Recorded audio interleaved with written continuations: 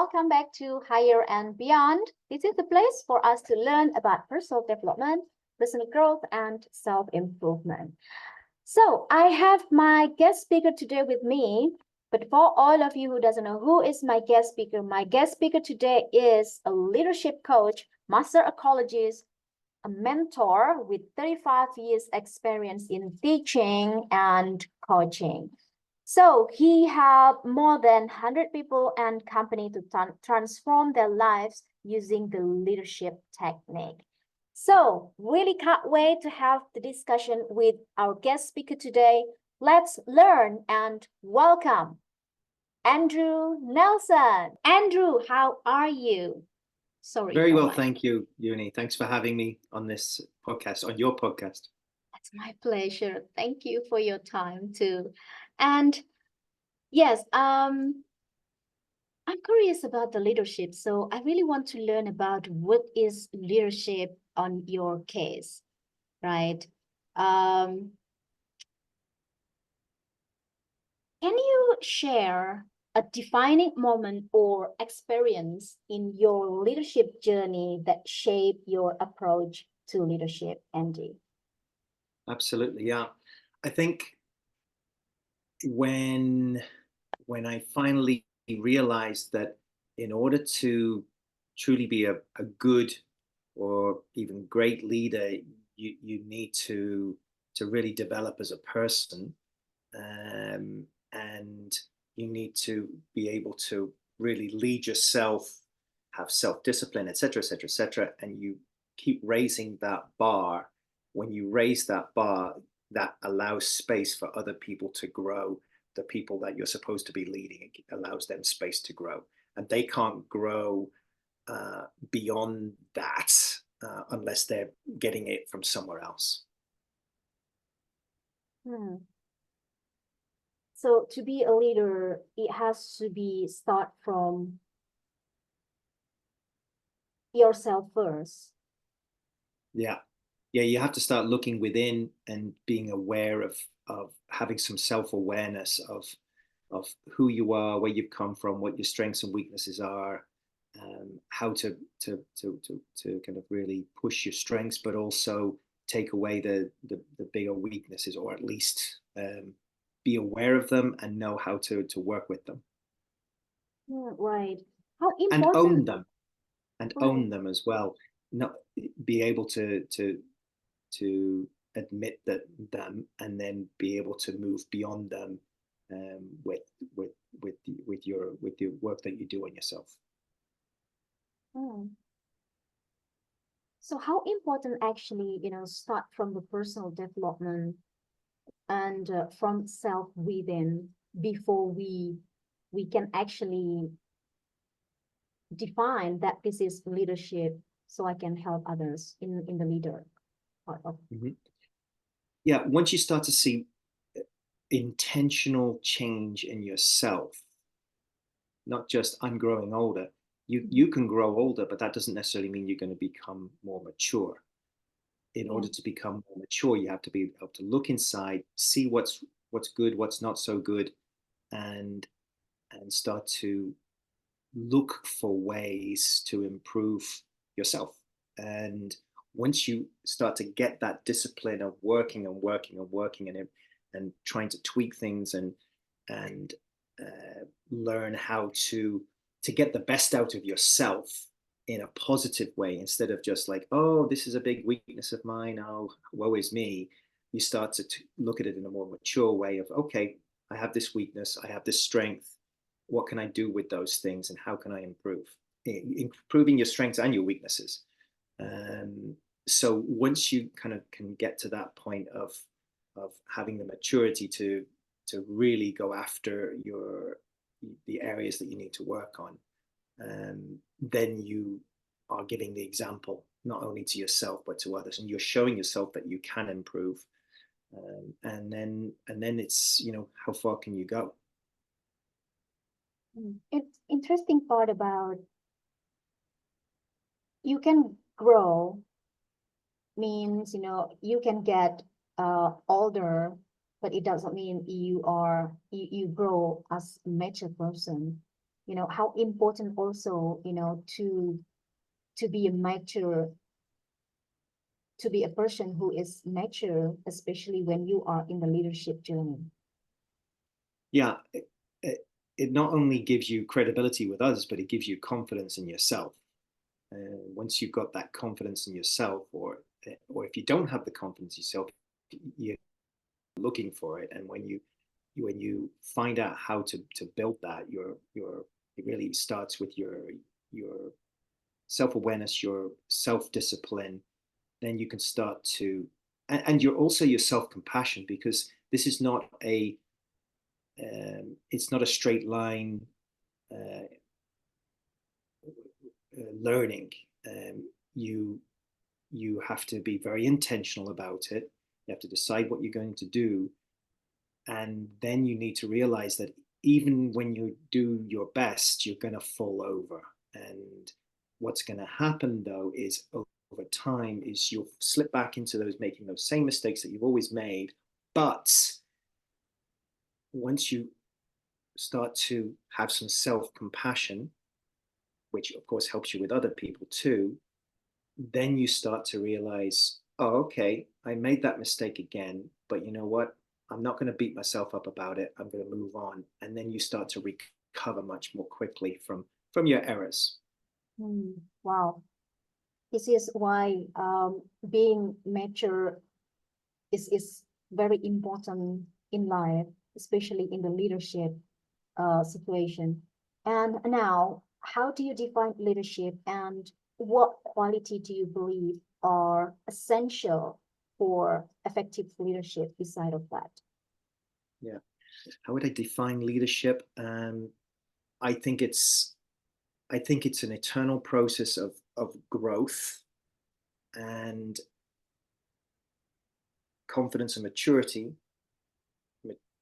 your ability to accept who you are, understanding that you might be a million miles from where you want to be, your ideal self, but what you are today is enough, as long as you're on that road to being better. And so first of all, getting that confidence in, okay, I'm not perfect. I'm never going to be perfect, but I can improve. And then getting beyond that, oh, I've tried to improve that so many times and I haven't been able to do it. Getting beyond that, and then through your growth, you prove to yourself that you are becoming a better person, a better coach, a better teacher, whatever it is. And then other people can see that in you. And that is the example at the end of the day. That's the example that people will want to follow, instead of the often the way that we try to lead people is by saying you have to do this, or pushing people into doing things instead of inspiring them into doing things. Mm. Oh, wow. It's so essential, right? The maturity in Mm-hmm. life. So I'm curious about, you have a lot of experience, especially, 35 years in the organization, company, university, and school, and as a teacher, and then now you move into the leadership journey to help people to, especially, how to be a leader. So how do you really feel? What is actually that motivate you, from that experience, 35 years as a teacher, into leadership? Mm-hmm.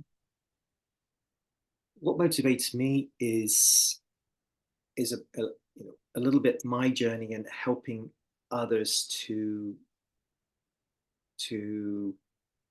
be the change, be the person that can really have a big effect on other people. Leadership's not just about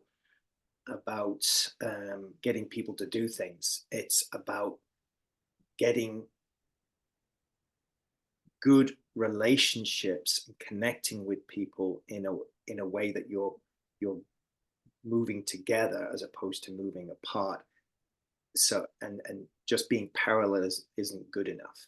So you need to be able to connect with people really, so that they see the common thread that the company has with the employees with the company, the leaders with the employees, etc., etc. So all of these things need to be moving together, not moving apart. Right. So it's about moving together, not moving apart, especially, when you are in a company, it's kind of, not easy to taking care of the company, especially because it's a lot of people that you need to take care of in there. And then every person has a different experience, um, different mindset, and each people are different. So what is that challenge you? It's to make a decision, especially to make us a leader. How, especially, as a leader, what is the biggest challenge that you face? Yeah, I think often, and this happens whether it's a sports team or a work team or a family or even any kind of community. There needs to be someone or some people that inspire others to jump in and work on creating these relationships. And those relationships need to be based on mutual honor, so that when you're working with that other person, you're not just working for your own best interests, you're working for their best interests too. And so in order to do this, one person, if you've got a CEO of a massive company, they cannot contact every single person, just that are not enough hours in the day. But what they can do is they can create an environment where they're mentoring some other people and getting mentored. You could be a CEO of a massive company, but you can be mentored too. Yeah. And then you set up a mentoring tree basically within the company, so that people are looking out for each other, meeting on a regular basis and going, okay, so what are you trying to accomplish? Where do you want to go? What do you want to do? And looking beyond okay, what are we going to, get done by the end of the month? No, how are you growing? How are you developing? And how is this company and how are we as a company helping you do that? Wow. And then what strategies do you use to inspire and motivate your team or employees? What strategies do you use to inspire and motivate them? First thing is to find out what they want. And that needs to get beyond I want to it needs to go beyond I want to get to the next position or the next salary or whatever it is. We have to go beyond that. Okay, but what are your values? Oh, I don't know. I value my family. Great. So what can we do? What can you do so that you can spend more time with your family, for instance? Oh, okay. And start to put them thinking in, what are my values? Where am I going? And how can I adjust my life so I have that balance, and that focus on what's most important to me? Could be family, could be many things. So it's finding out what the motivation is for each individual, and then through the organization, having people that are checking in with them, finding out what those are. Okay, how are you doing? How are you getting closer to what you want? So really constantly working on that north for each person, and where are they going, what's holding them back, and how can they grow in such a way that, you know, companies come and companies go. People have to have feel they have value, and know they have value, and know that they can add to that value. And when they're adding to that value, it grows them inside, but also it grows their knowledge that, huh, I'm pretty capable. I can do some good things here. And so if the company's gone, they still have their north. They still know where they're going, and they know they can do a lot more than just hope for a job. Oh, wow. This is one of the discussion that we talk about in the past too, right? That, you know, when you have the value, you know, it's easier for all of, you know, the employee or all of the team, all of the many people to find another things in their life related with the company, like what you mentioned. I like it because what I can see also, many are unaware that I believe this company will be forever in there. So this person are, they don't really want to grow. They don't want to see what is actually the value and what they really want. And then when the companies collapse, it become like burn, and they don't know what to do. Mm-hmm. Exactly. So we need to learn. We need to learn how to take control of our lives and not just depend on those around us. And as leaders, that's our job, because once the people around us realize, oh gosh, I have value and I can have more value if I can develop myself, instead of just, you know, another check mark. Oh, I have another degree and I have another this and I have another that. No, you know, what have you done on yourself so that you can truly walk in and not just say you're confident, but be confident. Then all of a sudden, not only does that person have this greater confidence, but just imagine how they walk in every day to the work environment. They're walking in going, okay, great, I'm okay. I'm okay. I can do this. Who else can I help? So we start to look outside of ourselves instead of constantly, I'm not good enough, you know, blah, blah, blah, Mm, which, you know, we've got this facade. Oh yeah, I'm good enough. But really on the inside, many of us are not feeling yeah. that. But Mm, once we come in and we're feeling it, now we can really help others. yeah. The not good enough, it's the limiting beliefs that actually there, and it's stopping people to move forward in life. Mm-hmm. And in times of adversity and uncertainty, how do you lead your team to not navigate challenge and maintain the moral that we talk about, you know, the insecurity, the value? It's it's the same. It's the same all the time. It's not, you don't change how you're leading them in difficult times. You from day one, you walk in, you say, okay, this is what um, this is what I believe that we can do together, and this is what I believe you can get out of this, i.e., you can become people of even greater value than you already are, because there is no limit, there is no top to our value. We can Mhm. always find more ways to get better, and have more influence, because influence is the key. Once we have influence and we can influence ourselves, then we can become better parents, better brothers, sisters, better friends, we can influence in a positive way just through our actions, just how we are.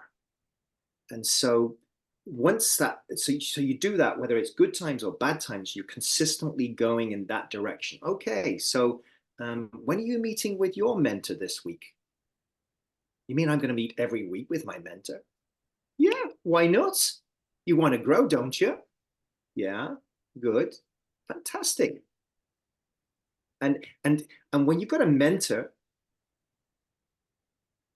no matter how much they maybe are mentoring you, they're also getting something back, not just the pleasure of helping someone, but they're learning too through the other person, the person that they're mentoring. So it's this constant work where you know deep down you're moving forwards, and that gives you a tremendous confidence because you know, okay, I've got my strengths, my weaknesses, but I'm moving forwards. And once the ship's moving, you can steer it. If the ship's not moving, it's just stuck there. Yeah. Interesting about the mentor. As a mentor, you can also learn from others, not just the fulfillment in helping others, Yeah. but in the both way, actually, it's helping each other. Beside of, the guidance, how the mentor is trying to help the client, but the mentor also learn Mhm. in this case. So in the organization or in a company, how important it is to have a good leadership, to have a leadership, especially to have a leader, which is leadership and the top of position in the company. It's kind of different, I must say, because some people are not used the leadership in the organization, so that's why the team is not it's not comfortable in that situation at workplace. Yeah. Yeah, it's often the difference between managing and leading. And Yeah. managing is you do this, you do that, you do the other, and leading is where you're inspiring people. You're not just delegating things, but you're inspiring people. And that doesn't mean going out and saying we can do this. That's just talk. Um, Inspiration comes from when they look and they see, and admire is too strong a word, but they see something in that person that they want. And so they see, oh gosh, they've got this value, this character. Where did they get that character from? And in some cases, that character comes naturally to some people from their growth, from when they were growing up. But in most cases, character is something you really have to work on. And so when they see true character, of how someone is in those difficult moments, that's when they kind of become inspired. Um, when that person can connect with other people in a way that's very empathetic and I suppose inspiring, that's something that people want to be close to. They want to follow it. Yeah. uh it is, I can tell, in the workplace, in my experience also, like how easy actually managing people, and you know that, right? So it's like you have to do that, you have to do that. And then as a staff, I can feel at that time was uh why do I need to do? Why do I, why I'm supposed to do with that if you were just telling me to do that, but you're not giving me an example? Mm-hmm. So it's like it's not fun at all, as a staff to be there, like what I said earlier, that and this is why, I really admire, the people top of the position, they being a leader, not just to tell you what to do, but also inspiring the staff and make it together instead of being, okay, you have to do that, and then it's become like it's not, I can tell it's not togetherness. How do you call that one? Yeah. Yeah. Teamwork. Yeah. Yeah, teamwork. That's right. And it's come to the curiosity that I have. How do you foster a culture of innovation and creativity within the organization or team that you usually handle? Yeah. One thing that Nelson Mandela learned from his father. His father was a I love this one. I love to hear this. Yeah. yeah. His father was the head of a tribe, and they would have their tribal meetings, and they would always sit in a circle, and Nelson Mandela's father would always speak last. So he had the chance to listen to what everyone else had to say. So it's a lot about listening. It's a lot about being open, but you still have to make your own decisions. But when you know more about what everyone thinks and you can create that environment, quite often people don't want to speak or speak up because they're worried that it's not going to be something that's acceptable, etc., etc.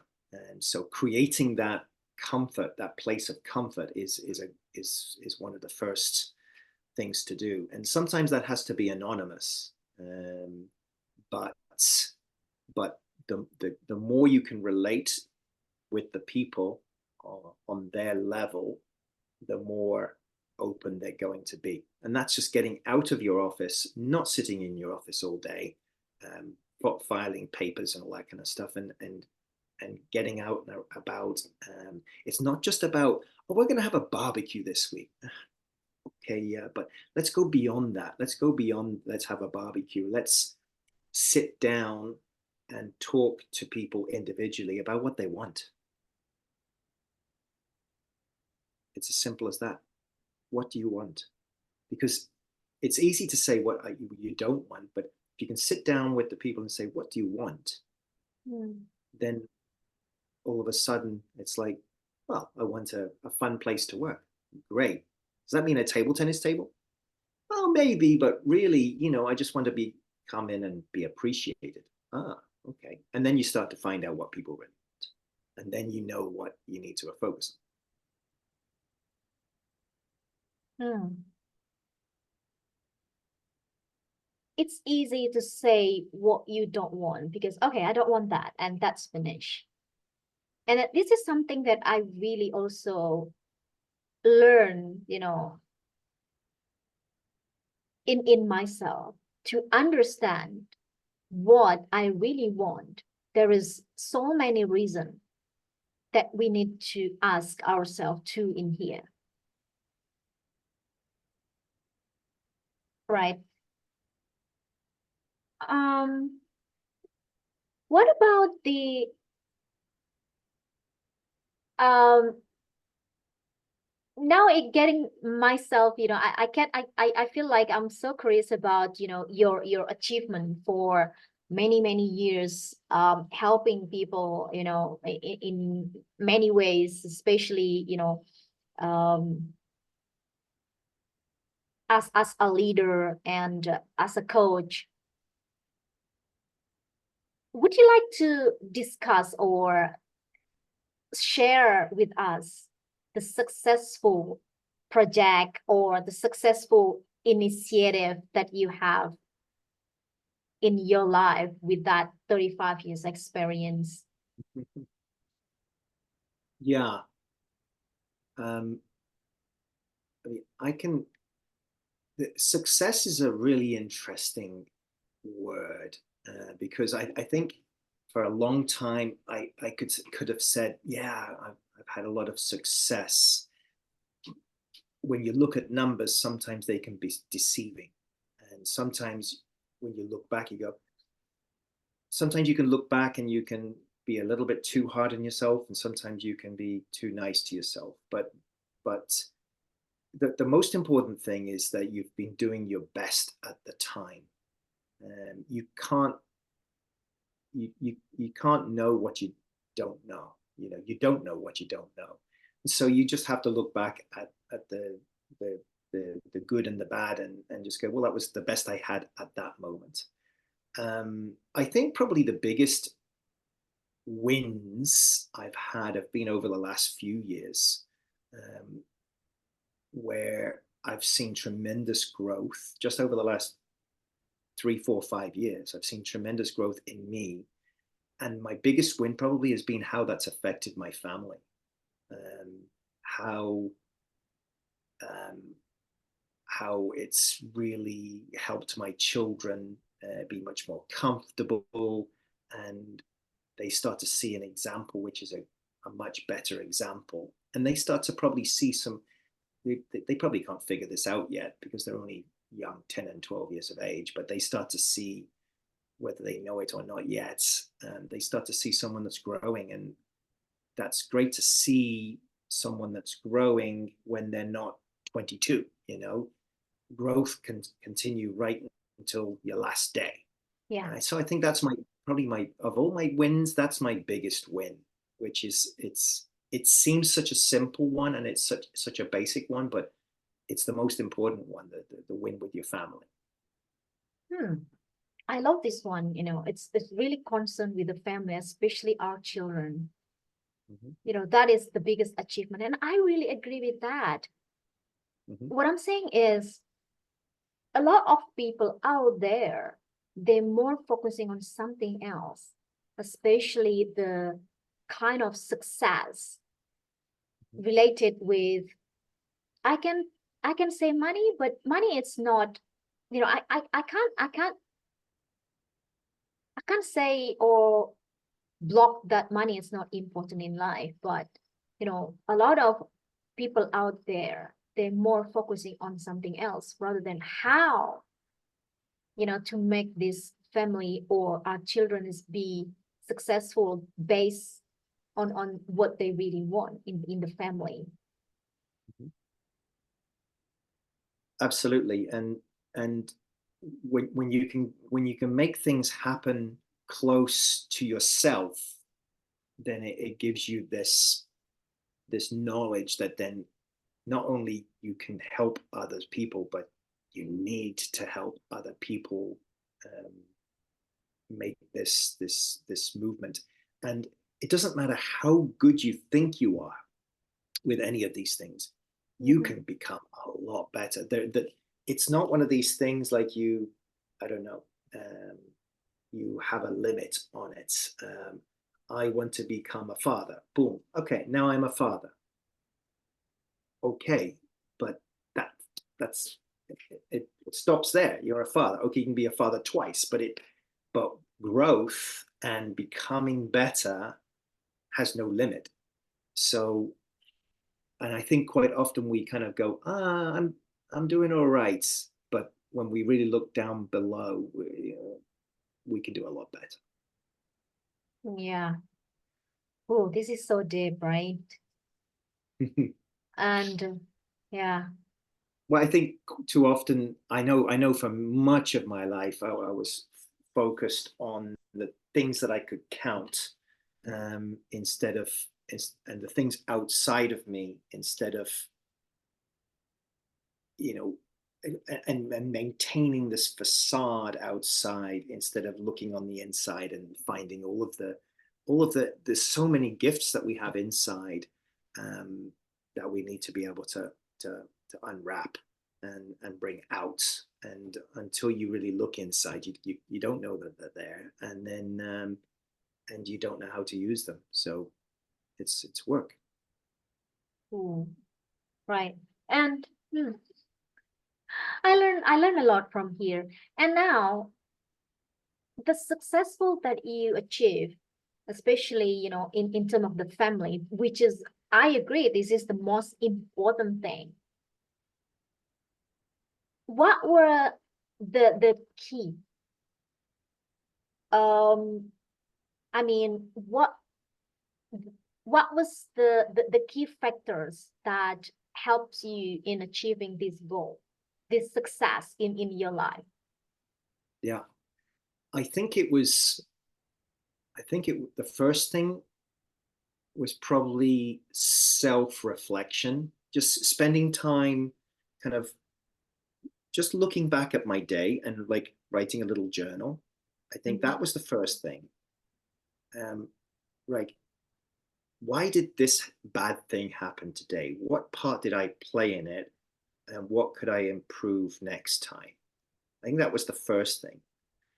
And then one of the other first things was this ability to forgive yourself for your mistakes, um, and realize that until you can start to forgive yourself for your mistakes, it's also hard to forgive other people.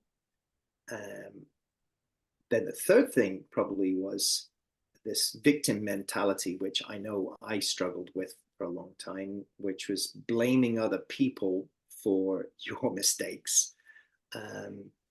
So I think it was just that the first part was that, okay, actually, well, the first part was realizing, okay, I can improve. And wanting to improve, and I was forced to improve because of my family situation, and my son was extremely challenging, and my typical method of controlling him was literally that, trying to control and manipulate, which is what I learned when I was a kid. You sit down, you're quiet, you do as you're told, yeah. And or else, and that's manipulation. Manipulation doesn't inspire. And so once that didn't work with my son, I thought, something needs to change here. And so that's when I started kind of going, okay, well, how can I change? And that's when I started journaling and analyzing, and then taking courses and things like this, and doing a lot of work, a lot of work. But all the work was absolutely worth it. Wow. All the work. Yeah. A lot of work. It's absolutely worth it. I love this one. I love this one because I think this is also one of a competency, I would say, or maybe credibility, like what you said earlier, like you mentioned earlier, being a leadership, being a leader in here. Oh, Yeah, you need nice. to have you need to have authenticity as a leader. If people see you just as someone that's telling people what to do, or telling people what to do, but then you're not doing it, then you don't have authenticity. So Yeah. you've got to have authenticity, and the only way to get that authenticity is to walk the walk and be someone that's not just, you go in every day and that person is exactly the same. Well, after a while, you're like, okay, I've learned everything I can from that person. So what's next? Well, but if that person's growing and growing, and then you look at that and go, I like working here because I can see something's happening here. And so they become interested in the work, because it's not the work just to get the money and pay the bills. It's work, but there's something else going on, and you get drawn towards that good thing that's happening. And that's where the leadership is.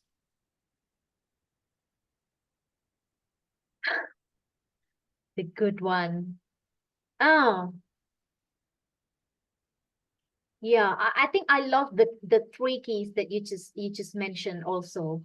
Um, in here about self-reflection, journaling, and victim mentality in there too, because I don't think in especially in this society and this era too, not many people actually um Mm-hmm. working on themselves, Mm-hmm. because there are a lot of, victim mentality out there. It's really easy to pointing finger to others. It's not my fault. It's yours. It's easier. I want to blame you because I feel like, oh, I'm better. But there's a lot of insecurity also in here, and then many people forget how to be responsible and accountable for themselves. Exactly. And we, the journaling is just one idea, but spending a couple of minutes a day even, and this is what we don't do quite often. When we've got a few moments free, we just pick a phone up and we start scrolling, and instead of stopping for a second and just reflecting. And if you've got a job where you're really, really busy, which many people do, and they're running from one thing to the next, taking that 2 minutes at some point during the day, it could be in the morning, could be whenever, it could be 2 or 3 times a day for a minute. But just one of the things that I picked up is just taking a minute and going, okay, what am I feeling? And this is something I picked up recently from somewhere. What am I feeling? And so you kind of start to go feeling, okay, well, I'm kind of tight in the neck and kind of stressed. And like, okay, on the other side of the valley, there's what do I know? So what am I feeling? What do I know? Well, I'm kind of stressed. What do I know? I've got 3 meetings coming up that are going to be quite difficult. Okay, so what do I feel? What do I know? And the thing that makes the difference from the emotions and the knowledge is the bridge. And the bridge in between is, okay, now what do I think? What am I going to do with that information? What do I think? I know I've got some tough meetings coming up. I know I'm feeling a bit stressed. What can I do? What can I think? What's my thought? Maybe I just need to take a couple of minutes and just kind of prepare myself. Not who am I going to be, but how am I going to be going into this meeting? I'm going to go in relaxed. I'm going to go in and I'm going to be looking for the best in the other people. I'm going to be, you start to prepare yourself. Just those few minutes. It could be you're going into a meeting with a family member, or just you're going for a beer with a friend, but maybe it's going to be a difficult one. You go in and you prepare yourself, and now you know, and you start to control how you're going to be. It starts to become a bit of a mindfulness exercise, but you start to decide how you're going to be, which can make a big difference in how you are for other people and how you are for yourself. It is one of the things that you as a leader prioritizing the task and delegate the task effectively.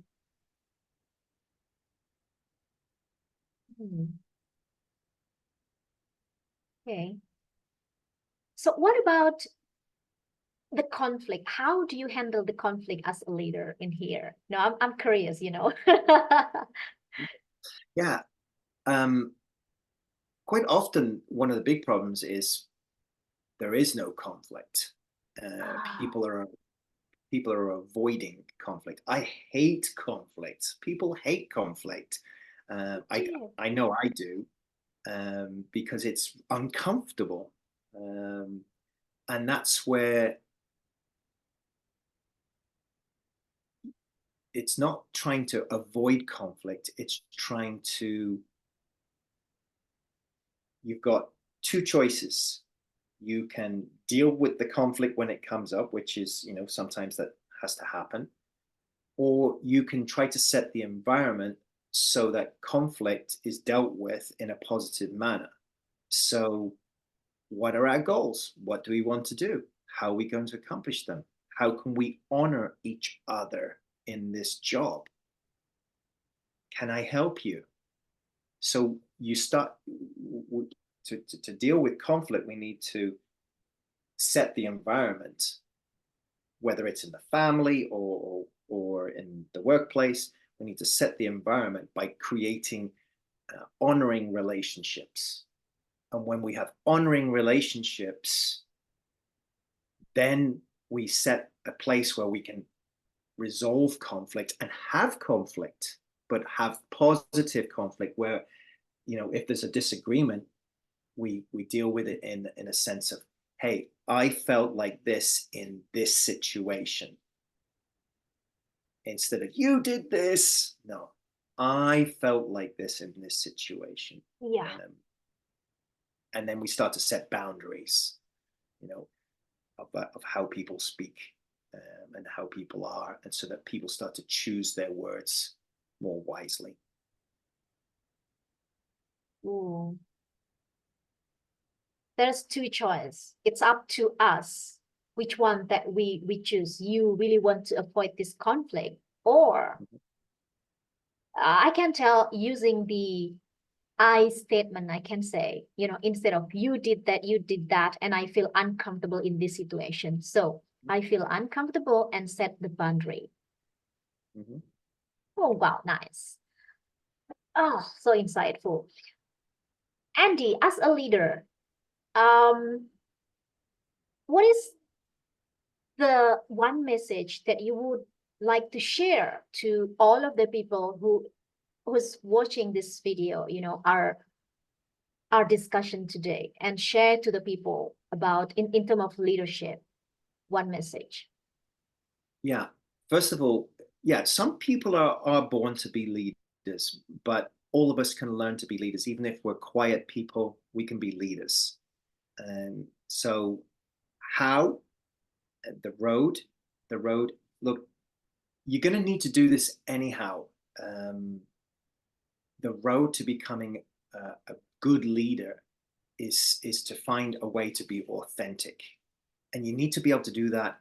We're all leaders. We are all leaders. Leaders are influencers, and we influence all the time. If I walk down the street and I'm angry at someone, I'm influencing them negatively, but I'm influencing them. And so we're all leaders.